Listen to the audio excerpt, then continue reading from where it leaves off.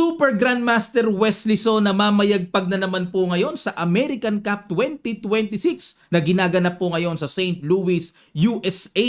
Nakaraan po, lahat pinasadahan natin 2025 American Cup. Ngayon po, tututukan natin, especially mga laro ni Wesley So. Double elimination round po ito. May winners bracket. Pag natalo ka sa winners, bababa ka sa losers bracket. Ang champion dito ay mag-uuwi ng $75,000 US dollars. Ang pinakakulelat dito ay tatanggap ng $10,000 US dollars. Sa piso po yon, mahigit kalahating milyon piso sa atin. Grabe, sana all. Pero bago natin i-analyze ang dalawang matinding labang pinagdaanan ni Wesley, ay iwanan ko muna kayo ng palaisipan hatid sa atin ng Internet Chess Club. Laro po ito ng ate ni Judith Polgar. White si Susan Polgar dito. It's white to play and win. Ano kaya sa palagay nyo ang napakagandang latag ng solution dito? At ang kalaban niya malakas si Wolfgang nung araw. Lapag nyo po ang inyong mga kasagutan sa comment section below. Sa mga wala pa pong Internet Chess Club, mag-download na po kayo. Free lang ang paggawa ng account dito. Mag-i-improve ang analysis nyo dahil napakagaganda ng pang-training na puzzles dito, mga bagong luto, mga kamatyas. Okay po. Ayan, simulan kagad natin sa crucial tiebreaker games between Ray Robson at Wesley So. Yung dalawang long game po nila, tabla. Pag nagtabla ang dalawang long game, papasok na po ang tiebreaker games na blitz, 3 minutes plus 2 seconds increment. At ito pong laban na ito, nagkatalo sila, nagkalaglaga na. Sino ba ang napunta sa losers bracket? Okay, ang ginawa po ni Robson, nag-E4. Sinabayan ng E5 ni Wesley, Knight F3, Knight C6, D4. Ito po yung tinatawag na scotch game or scotch opening. Kinakapture talaga yan. Kasi po kung pababayaan yan, magpupush po ng D5 yan at makakabuo ng napakagandang sentro ang puti. Mang-iipit yan. Kaya kailangan capturein para pantay lang halos ang luwag sa sentro. Kinapture Knight takes D4 at sinusundan ng Knight talaga yan. Develop, may tempo pa. At kinapture muna yung Knight sa C6. Capture. Pagka ganyan pong kinapture, ito kasi ang balak dyan. Akala ko magbi-Bishop D3. Usually po Bishop D3 ang follow-up dun eh. Pero E5, okay. Isa rin pong linya yan na talagang famous. Queen E7. Okay? Pagka E5, Queen E7, pin muna para hindi makapture ang Knight. At nag-Queen E2, anti-pin para kakapture na po ang Knight. Knight D5, obligadong umiwas. At nag-G3 muna. Ayun, G3. Okay. Kasi noong araw, C4 ang famous dito na line eh. G3 para magbi-Bishop G2. Nag-G6 si Wesley para syempre makadevelop ang Bishop tapos makapag-castling na. Nag-C4, inatake po ang Knight sa gitna. Ayun, nilagyan po ng Bishop. Pero nilagyan ng excellent move ng computer. Ang aga pa nito pero bookline na bookline pa yan. Bishop G2, Bishop G7. Okay, nakalimutan ko po, purpose nito para di makain yung Knight Ayan, sa mga ibang tagapanood po nating beginners para mas lalong manamnam, mas lalong detalyadong maintindihan. Okay, nag-castling. Siyempre, castling din, king safety, napakahalaga niyan. At nag-rook E1 para naman po sapatan ang depensa ng pawn E5. Okay? Kasi po dito mga kamatyas, para sa inyong kaalaman, baka mapatanong kayo, Coach, ba't ayaw capturein yung pawn E5? Libre yan kasi kakapturein lang po yan. Capture at dahil nawala na nga yung queen na pinipin ng bishop, nako, yari ang knight. One piece down, maliwanag po yan mga kamatyas. Okay po, kaya dito ay talagang kinakasling. Rook E1, balik tayo. Rook E8. Tiniripli na po ang atake sa pawn E5. Kakainin na talaga yan. At dito nag-queen C2. Yan, para iwas pin at kakainin na talaga yung knight. Nag-queen C5. Grabe, parang ngayon ko lang nakita itong mga gantong diskarte. Pero bookline pa to. Queen C5 para po yung pawn sa C4 ay ipin. Hindi pa makakain yung knight. Imagine niyo, makukuha yung queen. Nag-knight D2, dinipensahan yung pawn C4 kasi po bukod sa pin, at the same time may threat pa eh. Kakainin talaga yung pawn eh. Rook takes E5, kinain na yung pawn. So parang lamang na ng isang pawn dito, klaro si Wesley. At yan po ang lumalabas na new move, novelty. Dahil ayon sa nakatala dito, Knight B6 ang huling itinira sa posisyon na to. Yan, ito bago ni Wesley. Rook takes E5, kinuha lang. Rook takes E5, Bishop takes E5, at nag-Bishop F1. Ayun, sinapatan po muna yung depensa ng pawn. Sa malamang dito, kaya ganyan ang ginawa ni Robson para maigalaw na niya yung knight niya at hindi makukuhanan ng pawn sa C4. Maaring ilagay sa E4 yan para i-threat ang queen o kaya sa B3. At para makahinga na rin, makalabas na rin po ang dark square bishop development. Nag-knight B6, talagang, ayun no, talagang pine-pressure ni Wessling magaling ang pawn sa C4. Nag-knight B3 na nga, tinempohan na ng atake ang queen, umatras muna sa E7 at nag-bishop D2. Ayun, para makahinga na ang development at hindi lang po yan basta angat, nagbabalak din po na yung mahinang tore or passive rook ilagay sa action, especially papunta sa sentro at para ma-pressure ang queen sa E-file. Nag-rook E8, ayun. Inabangan na kagad ni Wesley na kung lalanding ang tore doon, okay sige, meron na akong pangontra sa'yo. Parang ganon. Para pantay lang, para pantay. Nagsalita na naman si Wesley. Para pantay lang daw yung e-file control. Pero dahil may bad move po na nakalagay, ibig sabihin hindi nagustuhan ng computer engine ang discarding yan. Sa computer engine po, Stockfish Queen F6 ang gusto. Oo nga, no? Mayroon threat kagad doon sa pawn B2. Oh. Oo nga, no? Queen F6, pawn B2 threat. Oh. Ganda nun ah. Sabay rook E8 na lang, mga ganon, ano? Ayun, ang ganda nga ng Queen F6. Merong kagad pressure na maihahatid. Rook E8. Ayun, ni Rook E1 lang po ni Robson. Tinapatan talaga ang bishop. Siyempre, deligading yan. Pagka mga ganyang itsurang nakapinpin, obligadong ilayo agad ang reyna sa dangerous pin na yan. Kasi baka tamaan pa yung bishop, mapabagsak pa yan. Nag C5, another accurate move by Robson. Okay, nagkaroon din po ng discovered attack sa bishop A6. Naka-hang threat din ang knight sa B6. Ang ginawang solution, kinapture ang bishop F sa F1 at kinapture naman ang knight sa B6. Aba, nakipagsabayan ng ganun-ganun na. So, ibig sabihin, hanging ang bishop, kailangan gawan pa ng paraan yung bishop. Nag-bishop H3 na. At kinapture po, nilubos-lubos naman ni Robson ang pagkain ng pagkain. Pero, bad move. Sayang po ang laki ng evaluation bar na nilamang dito ni Robson kung nakita niya ang B7. Yan pala, tulak pala ang maganda. Okay. Parang pagka B7, may knight A5 ako nakikita or knight C5 para suportahan yung pawn B7 just in case atakihin po yung B7 pawn, no? Pero kinain, nilubos-lubos ni Robson, nanginain ng nanginain. Good move, Queen A8. Hindi lamang po ito para bawiin yung pawn sa A7, kundi, tingnan nyo po to mga kamatsats, itutulak yung C pawn, imagine nyo, bubuksan ang very powerful diagonal papunta po doon sa G2. Abay, dahil nga po butas-butas ang light squares dito, napakahina ng light squares. Wala nang light square bishop dito na nakafiangketo ang king, delikado pag gaganyan. C5 yan, oh, yan ang malakas dyan. At dito po nag-knight C5. Inagapan ni Robson. Bago pa makatulak, binarhan na niya ng knight. Siyempre, kung ako din po ang black dito, papaalisin ko, no? Pero, hindi pala yan ang accurate. Sa computer, kainin lang talaga ang pawn A7. Kainin na lang talaga. Pero, ako, ito talaga gagawin ko dyan. Paalisin ko yung knight para maka C5 ako, ayun pa rin ang threat ko. Pumunta sa E4 at nag C5. Talagang pinipilit pa rin ni Wessling magawa talaga yon. Total, yung pawn A7, mga kamatsas, overextended na yan eh. Kumbaga anytime naman sa black na yan eh. Kakainin na yan anytime. Naligaw na yan eh. Pero itong vital threat ay talaga matindi yan. Kung ako po, pareho kami ni Wesley, yan din ang gagawin ko talagang forma. At nag-Queen A4. Agap-agap si Robson. Ayaw niya munang ipabawi ng ganung kadali ang pawn sa A7. Nag-Rook E7. At the same time po, para makaiwas na rin kasi nakaturo sa tore. Delikading eh. Kaya umiwas muna, umangat lang, nag-bishop G5, tuloy-tuloy naman dito ang pananalasa ni Robson, no? Talagang gusto niyang istorbohin ang posisyon ni Wesley. Nag-Rook E6.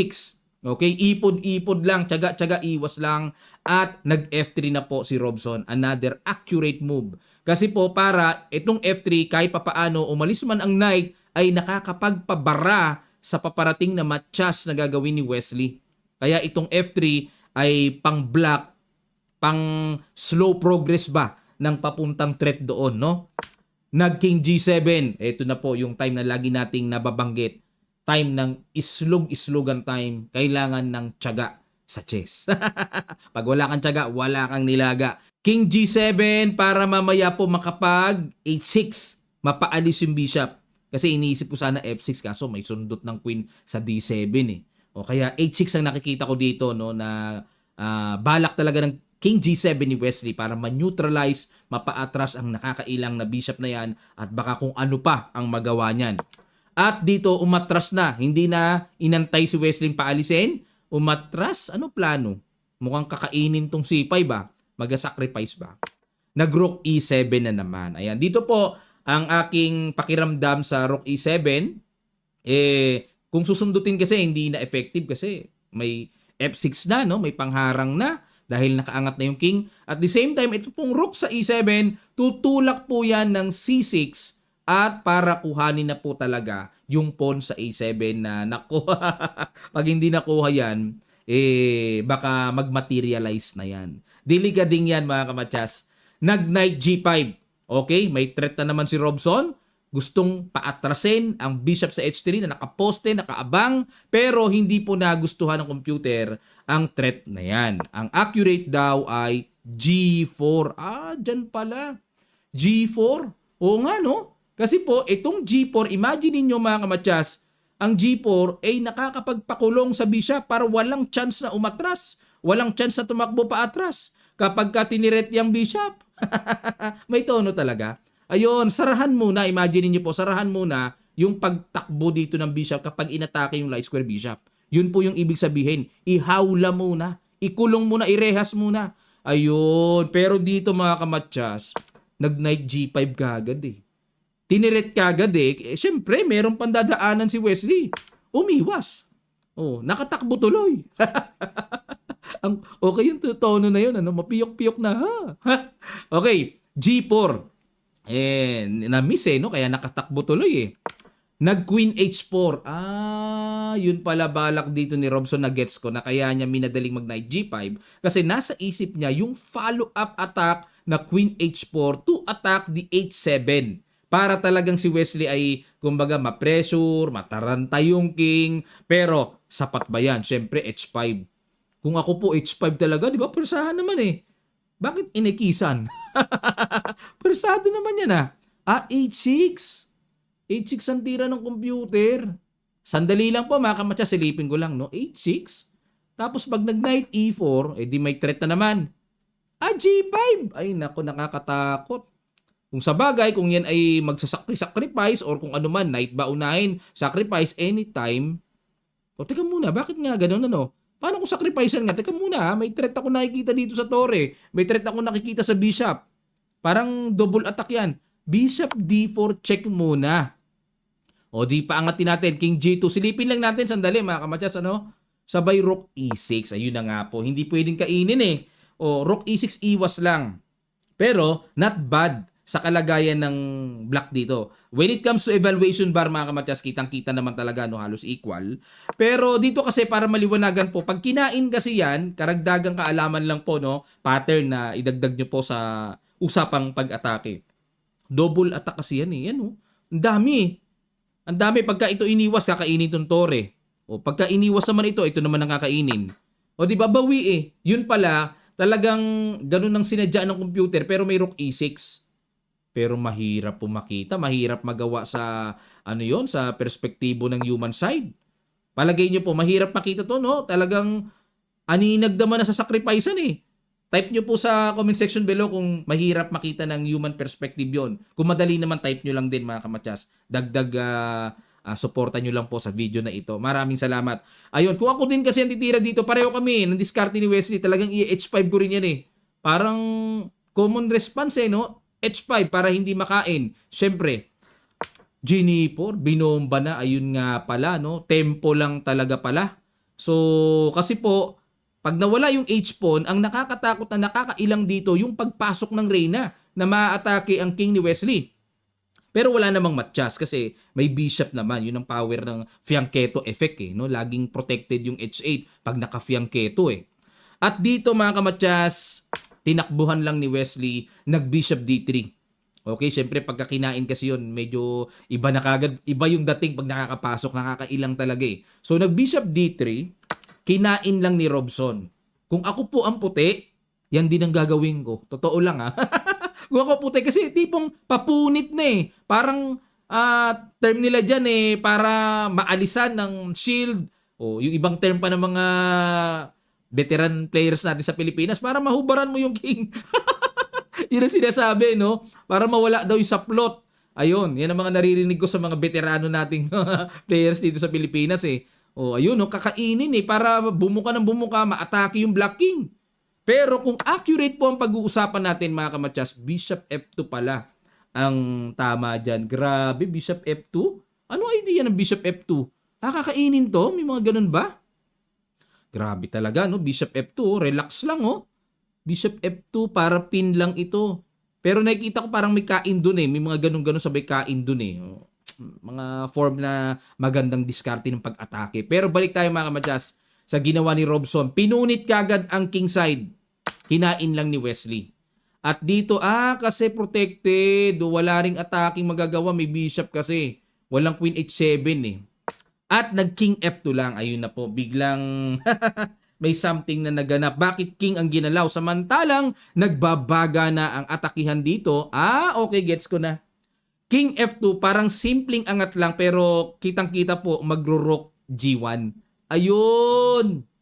Oo, kumbaga, binitin muna yung pawn H5 pero ito yung nakikita kong balak dyan eh. Mag-rook G1 papunta sa king ni Wesley at maka-atake sa madaling sabi. Okay po? Yan. Pero kung accurate ang pag-uusapan, knight E4 po ang pinapatiran ng computer. Para may atake dito, no? Knight E4 ang mas matimbang na dapat daw gawin.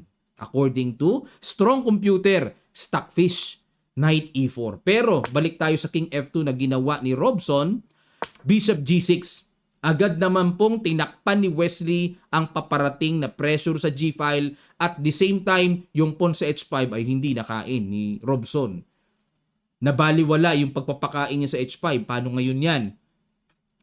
Nag-rook G1 pa rin dito. Tinuloy pa rin talaga ni Robson ang nakaporma. Kung sa bagay po, usapang time control, 3 seconds na lang po si Robson, 7 seconds na lang si Wesley, pero dying seconds na halos sila pareho. Rook G1, instinct na lang po ito, pakiramdam na lang ang umiiral dito. Kung ako puti, yan din ang tutuloy ko eh.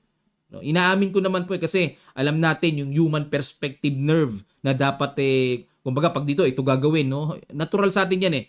Pero kung computer po ang titira, mo ang layo ng tiraw, knight h3. Sino mo makakaisip na papaatrasin yung knight? 'Di ba? Parang ang hirap maisip eh, knight h3 tira, knight e4, second choice at third choice ay rook e2 biglang kumunat. Parang imposible makita eh. Okay, pero balik po tayo sa rook G1. Very natural. At dito po ay, abay, wala. Hindi nga pinansin eh. Pinitas lang ni Wesley. Kumbaga, itong rook G1, baliwala na dahil ang tibay-tibay ng pundasyon. Bishop yang nakabara dyan. Baliwala yan. Anong magagawa mong atake? Kinain lang ni Wesley yung pawn A7 at nag-F4. Ayun na nga po. Binira na. Okay. Gets ko na. Pag inatake ang bishop, pag umalis, may F5. May gagapang na F5 hanggang sa mapuwersa ang bishop. Bubukas ngayon ng G-file. Otherwise, papakain ng bishop. Ayun po, no? F4. Tiniret ang bishop pero another bad move by Robson. Ang gusto po ng computer ay knight E4. Knight E4. Pero kung ako po unang titingin dito sa knight E4 ng computer, parang ang bagal. Parang walang effect. Walang dating. Kumpara dito sa F4, may nadadatingan pa nga ako dyan eh. Kasi threat ang bishop, imagine niyo tapos pupush F5. Nakita niyo po yung human perspective nerve, no?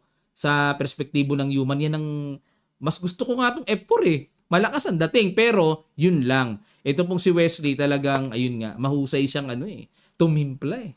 Bishop D4. At tingnan nyo pong evaluation bar, halos na kay Wesley so na ang evaluation. Kinain, F5, di ba? Ang lakas ng dating. Pero yun ang hindi inaasahan dito ni Robson na may malakas palang pang-counter si Wesley. Ayun, no? Nakasundot. Check. Di pwedeng umangat. Kakainin ng tore. Obligado po. King G2 talaga. And another rook E2 check.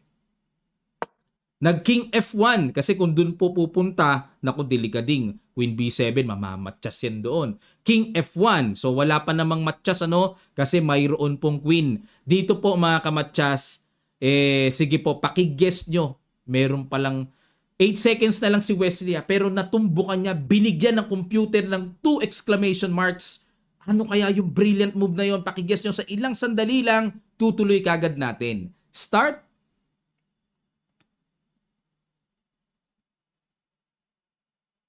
Maraming salamat po mga kamatsas. Ay, kaganda. Congrats sa mga nakakita. Queen E3. Sugswang na pala. Ayun ang paparating, oh. Boom! Queen C1. Imagine niyo po. Mamamatsas only mo barang. Kakainin lang. Matchas yan. Queen E3 lang. Naku po. Bagamat nakabiti ng bishop, naku, mas vital yung matchas kaysa pyesa lang ang usapan. Knight E6 check up. Obligado na po magwala talaga. Obligadong gumulo, no? Magpagulo. Okay, pag kinain, may rook G6 check. Mukhang mauuna pa sa hukay itong si Wesley pag nagkataon. Imagine niyo pag kinain, may kain dito, di ba? Oh, nako, ano ang magandang tira? Pagka gumano naman, may capture dito, check pa. The only move, Queen or King, 8-6. King 8-6 lang, obligado po yan ang itira. At obligado na rin yung Queen F4 check. Force lahat eh. Kung hindi ganyan, mamamatchas eh. Force lahat. Kain-kain. Buti nakaganyan pa nga si Robson eh. No? Nakasurvive pa ng ganyan eh. At kinain po ang pawn sa B2. Kinain. Chumik. Timplado. Timplado. Ganda ng laban. No? Kinain. Ganda ng laban. Kasi may paparating na dito. Ang ganda. Kinain nyo. No? Di magkukwin. Siyempre King G7. Tabihan muna yung pawn. Pag pinakwin mo yan, patay ka dyan.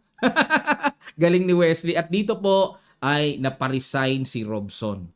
Bakit po nag-resign? Halimbawa, kainin ito. Ayun, D2. Walang magawa yung F7 po, di makapromote, hindi supported. Paano ngayon yung D2? Kahit may knight yan, hindi naman maabutan. Walang paraan para kung pwede lang ilagay yung knight dyan eh.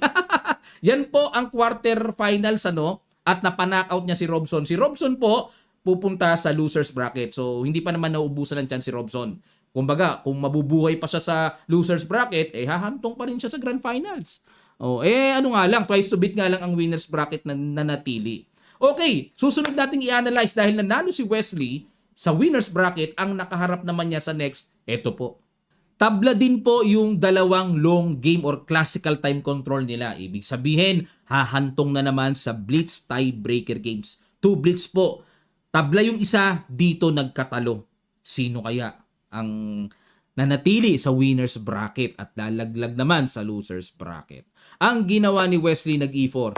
Nag-E5 naman si Sebian. Knight F3, Knight C6, Bishop C4, Bishop C5. Gyoko piano na po ito. Nag-C3, natural para magdi-D4 mamaya. At nag-Knight F6 develop, may threat muna sa pawn. D3 muna. Hinay-hinay lang muna si Wesley. Preno-preno muna. Dinipensahan lang ang E4. Nag-D6 para papakawalan mamaya ang development ng bishop. Nag-castling. Nag-H6 muna para pigilan muna. Natandaan ko. Si Wesley nga pala, nilalabas niya yung bishop pag gaganyan eh. Pinipin niya yung knight. Pero dahil alam ni Sebian na laging ginagawa ni Wesley, inagapan niya po. Para kahit papaano out of deep preparation si Wesley. Pero nag-rook E1. Yan, talagang yan ang latag niyan. Bishop B6 para makaiwas po muna sa mga tempo-tempo ng atake. At nag-A4. Yan, pang-abang. No? May pang A5 yan pagka hindi napansin. Kailangan talagang mag-react na ang black. Either A6 or A5 talaga ginagawa diyan kasi kung minsan po may mga trap yan later on lumalabas. O kaya nag-A5 na maagang pag-agap at nag-Knight BD2, develop lang, castling na, and H3 para mapigilan din naman ang daan ng black na makaganon or Bishop G4, makaganon-ganon. H3 muna. Prophylactic, pag-iingat. Knight E7, natural pa rin po yan. Kasi itong knight, nilalagay yan sa G6 para ma-contribute, ma-transfer ang knight madala sa king side attack. At nag-D4 na. Time na dahil umalis nga po ang knight, sinamantala naman or sinasamantala talaga ng opening theory sa white side na buuhin na ang D4 or yung sentro. Hindi naman makaka-D4 kung may knight pa dyan Otherwise, ipapakain mo ng buo yung isang pawn mo. So, yun ang idea. Pag iniwan yung sentro, samantalahin, buuhin kagad. Nag-knight G6 para suportado ang pawn E5. Dito naman po sa pagkakataon na ito, hindi yung komo hinamon tayo ng ganyan, kain tayo ng kain. Papabor yan sa puti.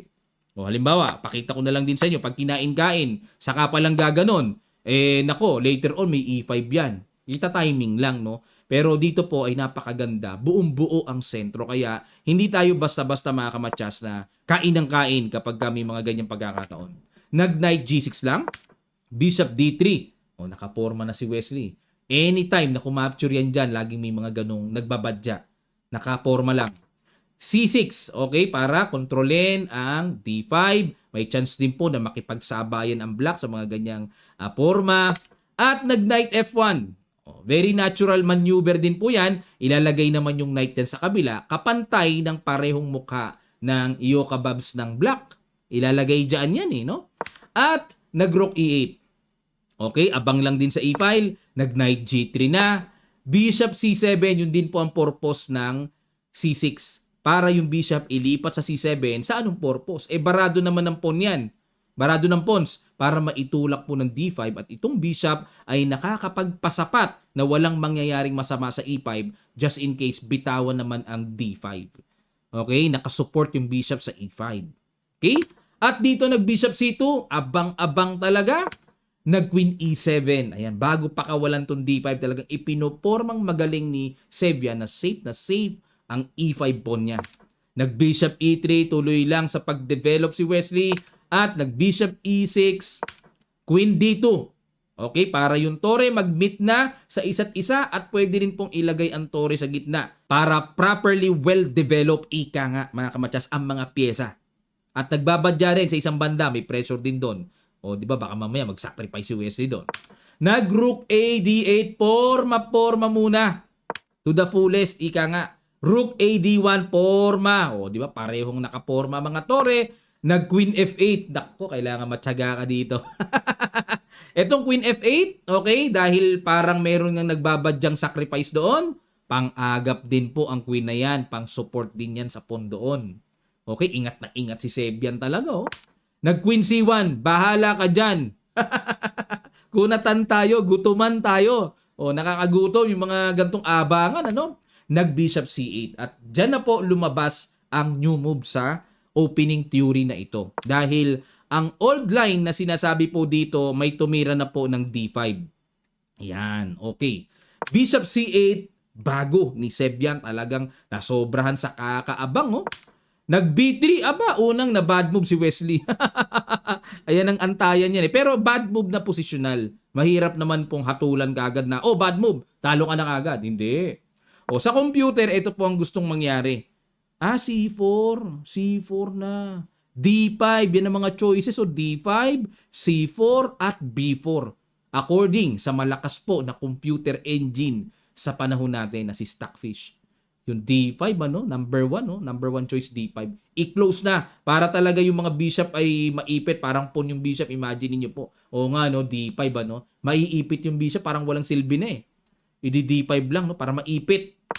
Pero, nag-B3 si Wesley, Bishop D7 naman si Sebian. Wala na ring maisip si Sebian. Ubus na yung barahan ng niya. Pero, nasobrahan sa kunat Ayaw na ng computer yung ganyan. Nababad trip na siya. Ang gusto ni Stockfish, D5 na. Nakaporma na Ba't naman ayaw pang i-D5, Formado na D5. Pero, nag-Bishop D7. Tingnan natin. Nag-Bishop B1. Naku, grabe ka kunat. Bishop C8, ay! Ano na? Tabla? Ayun, nag-progress na si Wesley. C4. Kinain na ni Sebian at ayun na nga po, na bad move din. Kasi po, ang tamang tira daw ay Queen E7. Grabe kakunat ang laban na to. Queen E7 pala tamang tira, O kaya ganun, o kaya Knight H7, kunat. Pero kinain na. Nainip na si Sebian. Kinain po ng bishop. Yun nga lang, kitang-kita po dito ang pagka-mainam ng diagonals. Naku, delikado siya dyan. Delikado yan. Dalawang espada nagbabadya ng bukas. Queen E7, umangat na. And nag-bishop C3. Okay, anong idea ng bishop C3? Ang kunat, yun. Ang kunat, knight D4. and knight F5. Oh, binabasa ko yung mga galawan ni Wesley. Pupunta doon yung knight para may threat doon sa F5. Bishop B6. O yung binalik uli sa diagonal na yan. Como bukas na. Knight D4. Ayan na nga. Kagaya ng nabasa po natin. Nag-Queen F8. Umiwas na. Para kung umatake man, walang tatamaan. Nakaiwas na. At nag-Knight DF5 pa rin. Ipinorma na. Naku po, ito na nga po. Ito na yung masama na yung pakiramdam ko dito sa black. Kasi may nagbabadyang kakainin yun. Imagine niyo po, makukuha yung pawn sa H6. Ang daming ataking paparating. Knight E5. Obligado pong barhan. Napakalakas kasi ng threat. Queen D2. Ay, kunat. Grabe. Pag may tiyaga, may nilaga. Queen D2, may threat doon. Hindi lang pala basta kunat. May threat doon. Pipingasin yung pawn. Rook E6. Wala na. Nawindang na dito si Robson. 14 seconds na lang against 49 seconds si Wesley. Ang layo ng oras. Ayun. Rook E6 parang tamang duda si Robson. Baka kakainin to eh. Kaya pag Rook E6 depensa early. Pero ang tamang tira po ng computer, kainin na talaga to. Pag kinain sabay G6. Yan ang pinapatira na ng computer. Pero lamang na rin ng white talaga. O balik tayo sa Rook E6. Piningas muna ni Wesley yung pawn sa A5. Grabe, no? Kunat-kunat. Nakapitas ang pagganong-ganon lang si Wesley. Nag-C5. Bakit nag-C5? Bakit nag-C5? Di ko magets. Bakit nag-C5, ano? Control the D4. Para walang ganon. O, tingnan natin. Queen C3. Knight C6. Okay. Kaso di naman siya makakatungtong dyan. Bantay sarado eh. Kung mapapaalis yung knight ng ganun-ganun lang, makakarating sa D4. Makakaposte ang knight. Knight E3. Dun po poste. Pinostehan na nga ni Sebian. Knight GF5 to neutralize immediately para hindi na kung ano pa magawa niya na komplikasyon at nag-Knight C6 bumalik. Pero teka muna, may gusto tayong liwanagin dito mga kamatyas. What if Knight takes E4? May threat pa kagad yan sa Queen. Kakainin lang, tapos Knight takes D4, kakainin, and Rook takes D4. Pagka nagka-exchange, ito po ang lalabas. 2 weak pawns. Tapos, very good square for the knight. Knight D5. Good pawn structure by Wesley. Ayun. At, klarong, 1 pawn down pala black. Wala na. Positionally dead na dito mga kamatyas ang black. Pagka ganun pala, no? Okay. Kaya umatras lang po si Sevian. Knight D5. Ayan na. Pinaglilingkis na po ng Yo Kababs ni Wesley. Lingkis na lingkis. Knight takes D5. C takes D5. Aray ko. Aray ko mga kamadyas. Bakit kinain ni Sebian? Double siya. Very basic yun na. Elementary yun na. Uy, narinig nyo na naman yung elementary.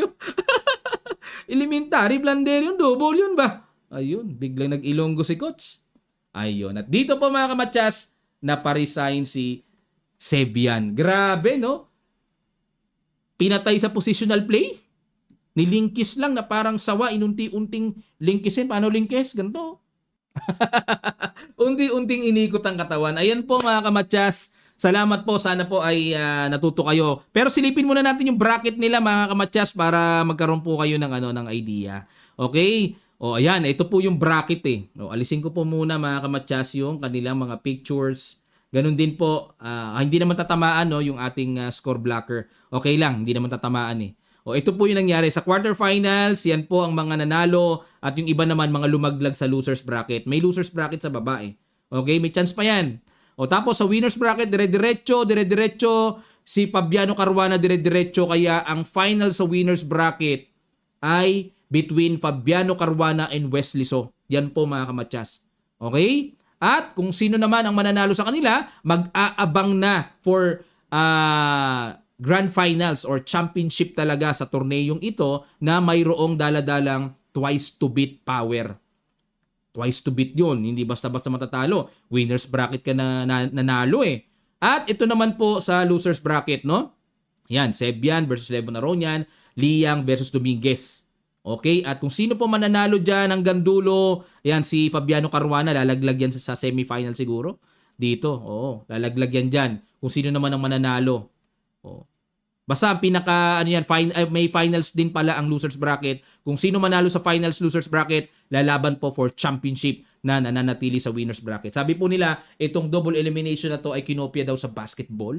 Di ako maalam gaano sa basketball format tournament pero kinopya daw ito May winners bracket, losers bracket, basketball. Kung kayo po ay nakakaintindi ng basketball format, lapag nyo po sa comment section below ang inyong mga comments po mga kamatsas. At kung sino naman po ang nakarating hanggang sa mga oras na to, dulo, type nyo po. Maraming salamat sa inyo. Kayo po ay talagang certified supporter ni Kamatsas. Lapag nyo lang po sa comment section dulo at kung ano masasabi nyo sa inyong mga na-analyze sa ating mga napag-aralan sa mga laro ni Wesley So.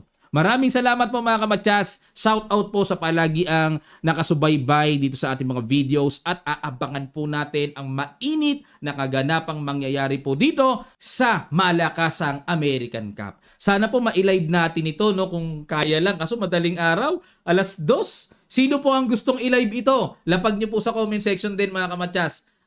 Baka mamaya makita natin biglang matipuan ni Coach magpuyat tayong lahat. First game ng magiging laro between Wesley So and Fabiano Caruana. Okay po, lapag nyo lang po sa comment section. Maraming salamat. Magkita-kita pa tayo sa mga susunod pang chess updates. God willing.